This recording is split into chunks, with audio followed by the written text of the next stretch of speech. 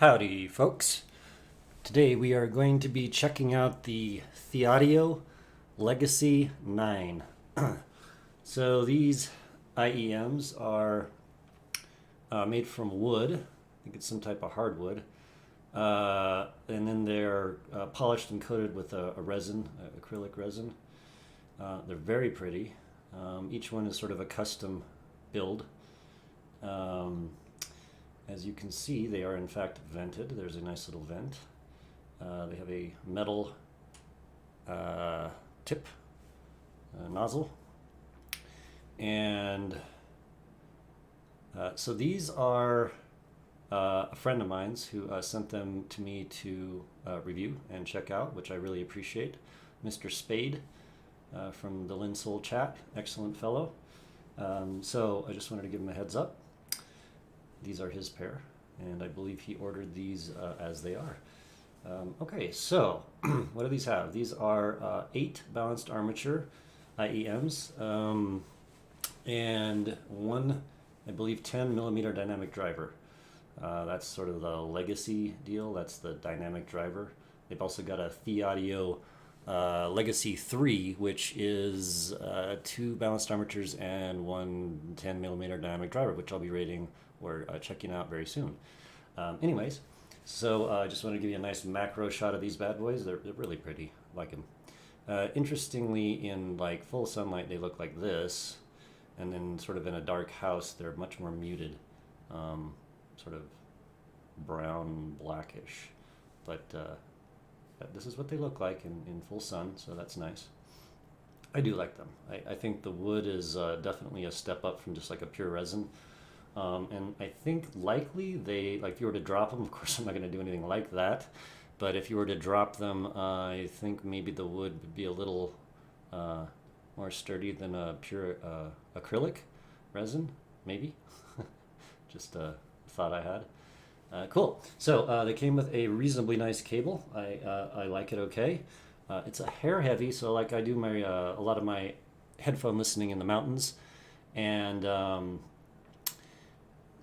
basically if the cable's flopping around and it's heavy, I'm not a huge fan of it. This one is sort of a medium, we'll call it, heaviness. Let me just sort of move these out of the way, and I'll show you the 2-pin connectors, obviously, and I'm going to need to zoom out a little bit so you can get a good view. Cool. So they got this little splitter here, and it is, I want to say aluminum. It's not that heavy, so you can kind of see, but it is something. I would prefer like pretty much no splitter, just, I don't know, plastic or something, just real light. That's not important. Chin slider works, so it stays where you put it. That's nice. And so the cable is like, let's see, I can show you. It's kind of a rubbery coated thing, so it does kind of pull, say if it runs over clothes or something like that. Just hook it here. It's got, I'm not sure if you ordered this with the balanced connector, but that's what I was able to check. So the cables look something like that. For sure, it's a pretty high quality cable. I like it better than like the the TripOwin C8. I do like it better than that, so that's cool. All right, so these guys, good headphones. I like them. They've got a couple issues, which may or may not affect you, because I am actually quite treble sensitive. So let me just zoom in here. So we got a little shot of these in the background over yonder. Whoa. Cool. And let's put up some stuff so you can see what I am talking about. So let's do a graph. Here's a graph. So this is this is of course Critical, his website. All props to Crin. Legacy 9. Actually, the graph that's on there right now is the Shure EJ07, and here is the Legacy 9. So let me just do that. That's the Legacy 9, and I just had the Shure up there so to give myself an idea of what I was looking at. So yeah, the Legacy 9 is definitely going to have quite a bit of mid bass, as you can see from up in this area here. And then it's reasonably similar to the EJ up to, say, 2K. And then it's a little different. So, we got the sort of typical Harman curve up in this area. And then over in this area, we've got what I don't like, which is this right here. I'm extremely sensitive in like the 6 to 8K range, or like 6 to 7. And so this I hear as being a hair shouty, and it's in the top of the mid-range, so it just has this hard edge to a lot of things. So I wanted to make that clear. It certainly has more OCD treble than many other sets, as you can see here. It's definitely got some 10 to 20K information there. And in terms of OCD detail treble, it's quite good.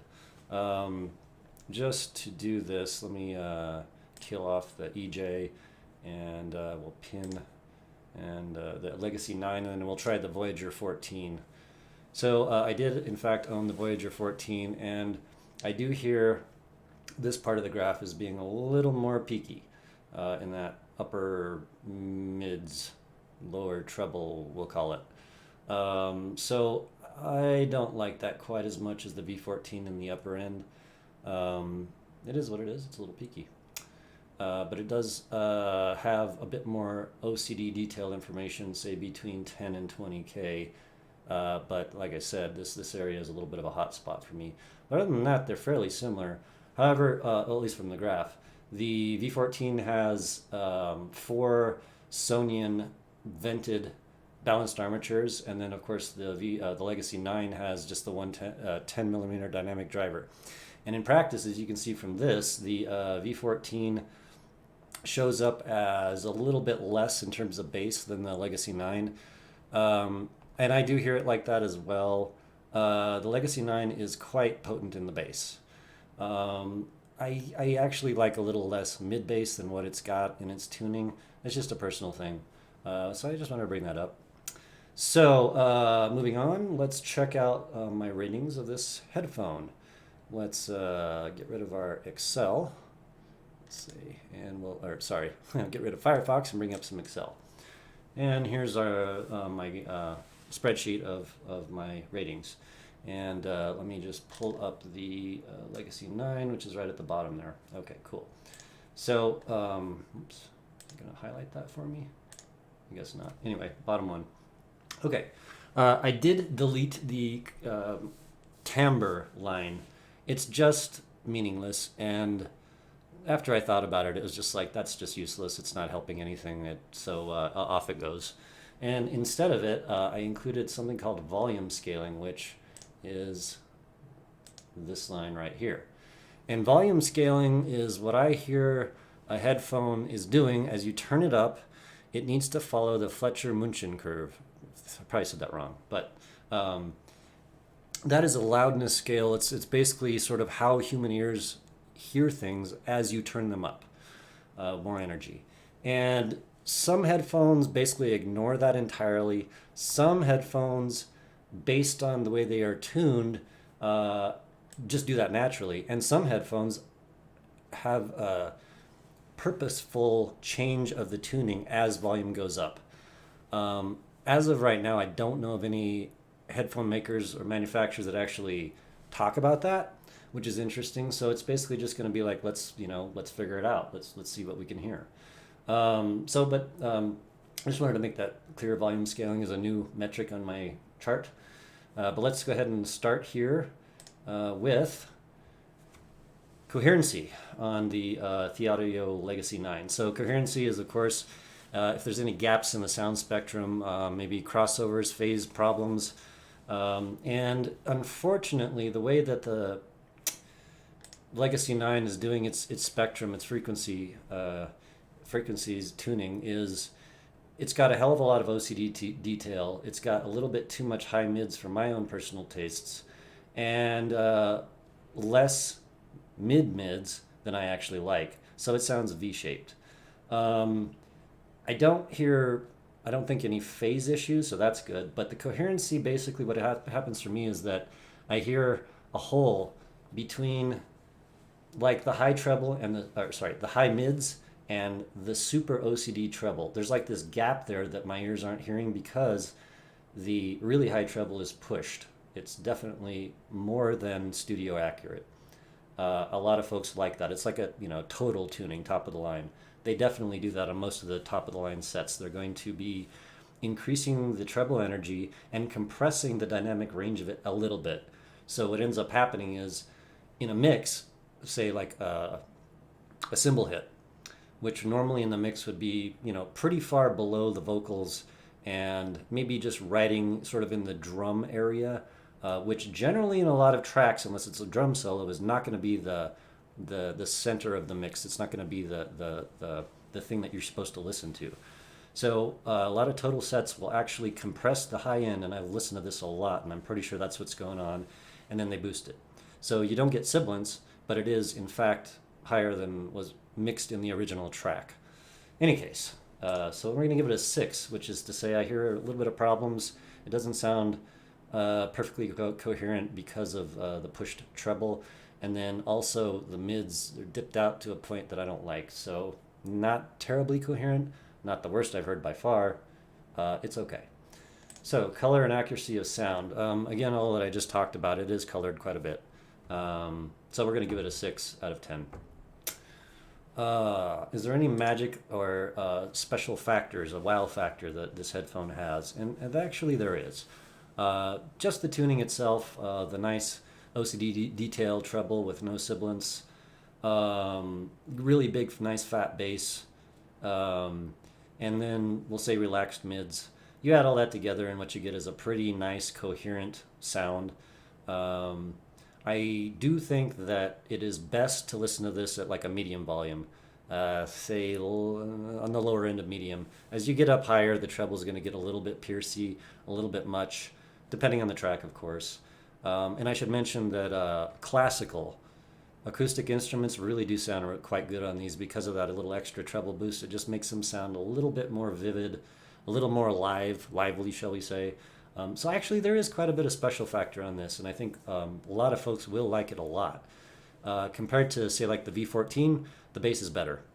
The quad balanced armatures of the V14 do a good job, but not as good as the dynamic driver. And I think a lot of reviewers have sort of come to this conclusion that there's just no matching a nice fat dynamic for the bass area. Moving on, stage depth. Pretty good. And I think that has to do with the V-shape a little bit. Does give you a nice amount of depth in your sound field. It could get better if the treble wasn't pushed.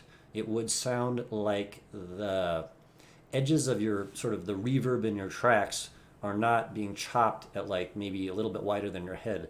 When treble is not pushed, that feels like that's a natural echo that's happening in a bigger room than just sort of what is inside your head. We'll say that. So staged up pretty good. You get an 8 out of 10. Openness of sound, stage wideness. So that is interesting because of what I just talked about. I was going kind of between a 7 and an 8. What I found is that if I just use some nice, let's see if we can get down in here. Oh, that's not a lot of room. Let me bump this up just a hair here. Yeah. So just some nice little foamies down here. Nothing special. But they do decrease sort of the treble resonance in my ear canal just enough to where that becomes a little easier to deal with. So the stage is fairly wide and open. We're going to give it an 8 and maybe a 7 depending on your ears and your tips. So yeah, good. Quite excellent. Imaging, again, really great. It's it's up there, man. It's up there with all the best sets that I've heard. You can pick out anything well, okay, I'll say this. You can pick out anything sort of in the front of you. I don't find a lot of sounds being like so 3D, like they're behind you, maybe below you or above you. But I do find the stereo imaging left to right like really excellent. For most music tracks, I think it's going to pretty much knock it out of the park. And the extra bit of OCD detail helps out a bit. Volume scaling. So yeah, that's I may actually bump this up to like a scale of 20 because that's actually really, really important to myself. I go anywhere between low if let's say I'm trying to go to sleep, or medium if I've got, I don't know, maybe I'm trying to do something on my computer, to high if I'm running or working out or just drunk.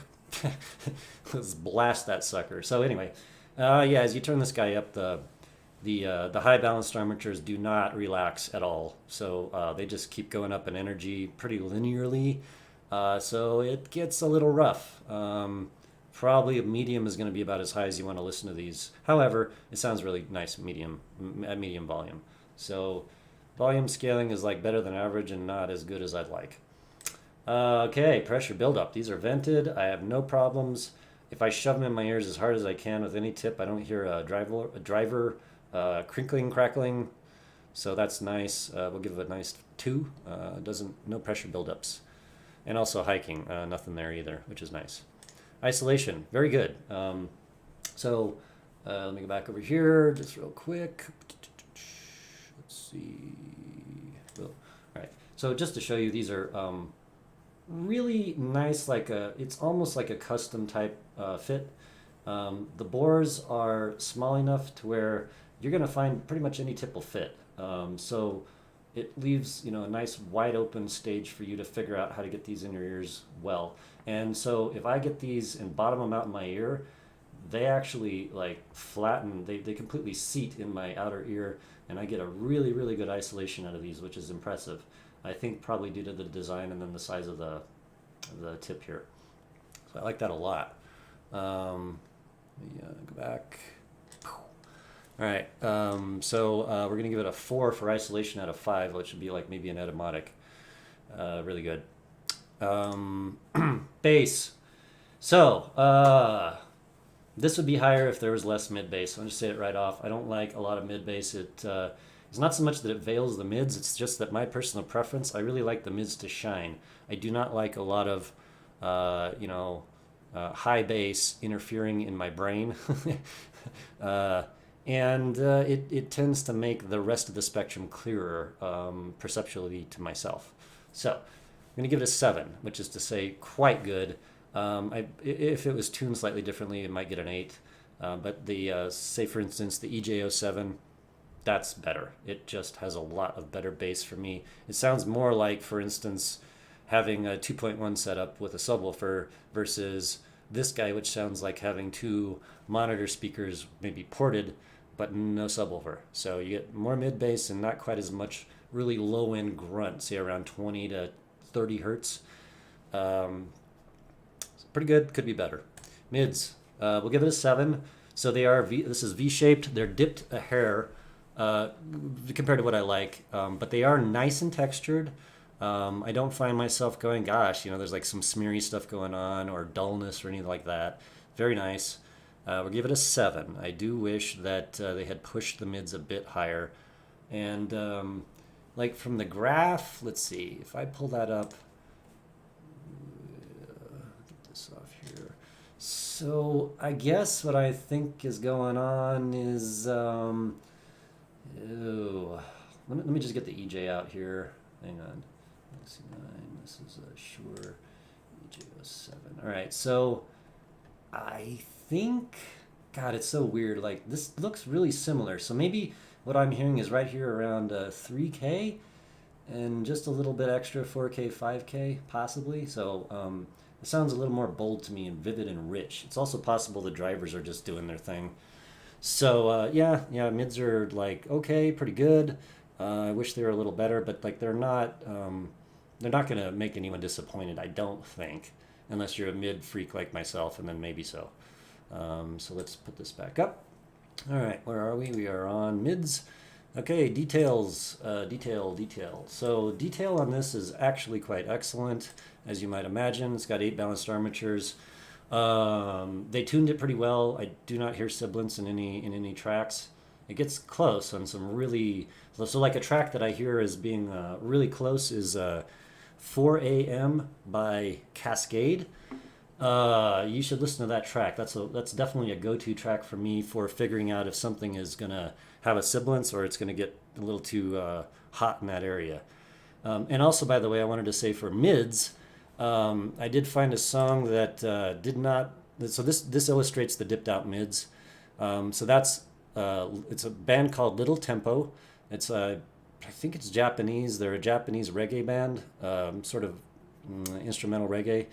And there's a song called Bridge Over Troubled Water, which is a cover. And in that song, the vocals are definitely, absolutely supposed to be front and center, the most bold part of everything. And I think there's dueling vocals, dueling female vocals at some parts of that song. Let me just pop it on here for real quick so you have some idea of what the hell I'm talking about. So let's see here.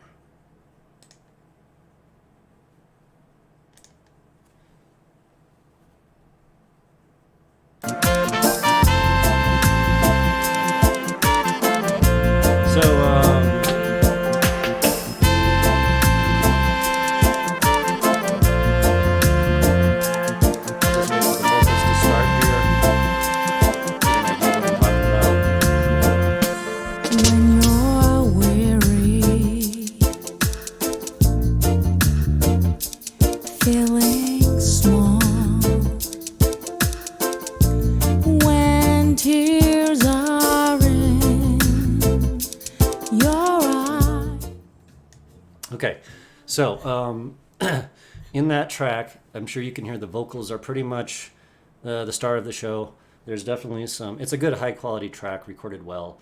On the Legacy 9, the cymbals overtake the vocals, and so does the rest of the instrumentation. The vocals are just set back a hair. And so yeah, on that track, I don't like that as much.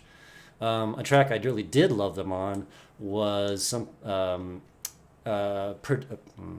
a guitar player called Leo Brower. I play classical guitar. This is something I picked up back in college in like the 90s. Anyway, Leo Brower, he has something called 20 Estudios, which are like 20 lessons basically for guitarists. And there's one in there called Allegro. And just thought I'd bring it up. On the Legacy 9, that track is stunning. It's absolutely fantastic. So I think that say tracks that don't necessarily have vocals or are instrumental, classical, chamber music, live recorded stuff, I believe these are going to do really well. The low-end dynamic driver really adds a little grunt and punch to stuff like, you know, kettle drums, percussive stuff. It's really nice, whereas some other sets don't really give you that low-end sort of tactile, you know, goodness that this set does. So I really like that. So we were at detail, and then we're going to go to resolution. And these do not have electrostatic drivers, planar drivers, nothing like that. I just don't hear Balanced Armatures as being able to pull off a tremendous amount of resolution comparatively to those type of drivers.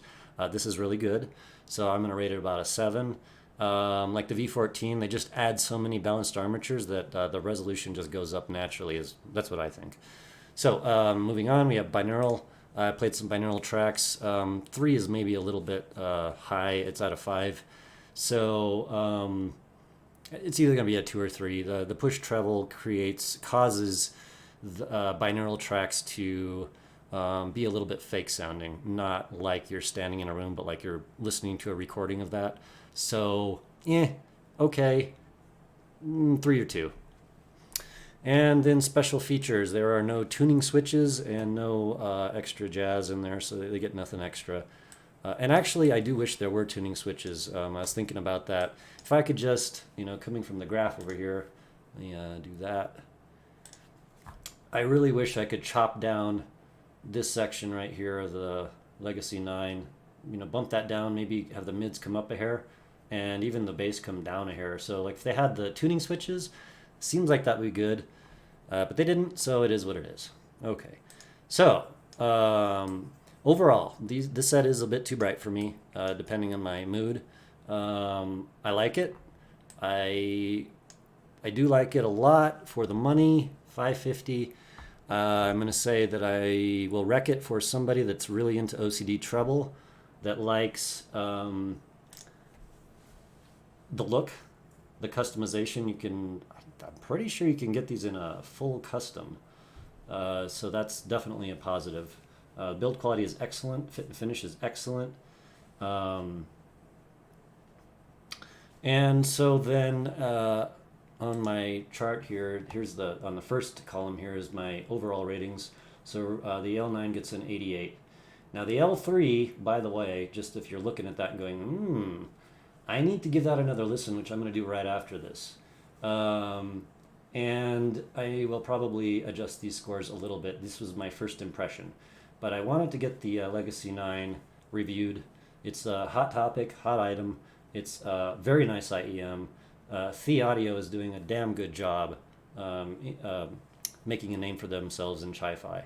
So quite impressive, and especially for their first, I don't know, wood finished IEM. I find it really nice. All right, so next up, likely the Legacy 3. Just so you guys know, I'm going to be getting, let me pull this up real quick like. I'm going to be getting this guy. Let me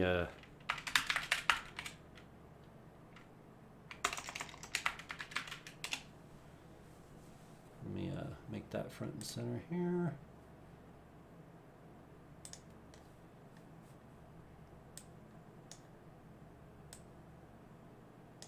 And, yep, that's going to be the EJ07, I think version 2. It's like the upgraded version of it. That's on order as of today for me. It's a mandatory thing. I'm the short bus driver of the EJ07, and so, yeah, we're going to have to check this guy out. So that's going to be coming up pretty soon. Pretty excited for that guy. And, of course, the price is, whew, a doozy. But I think it'll be worth it. All right, folks, I want you to have a great day. Stay safe, and tune in soon.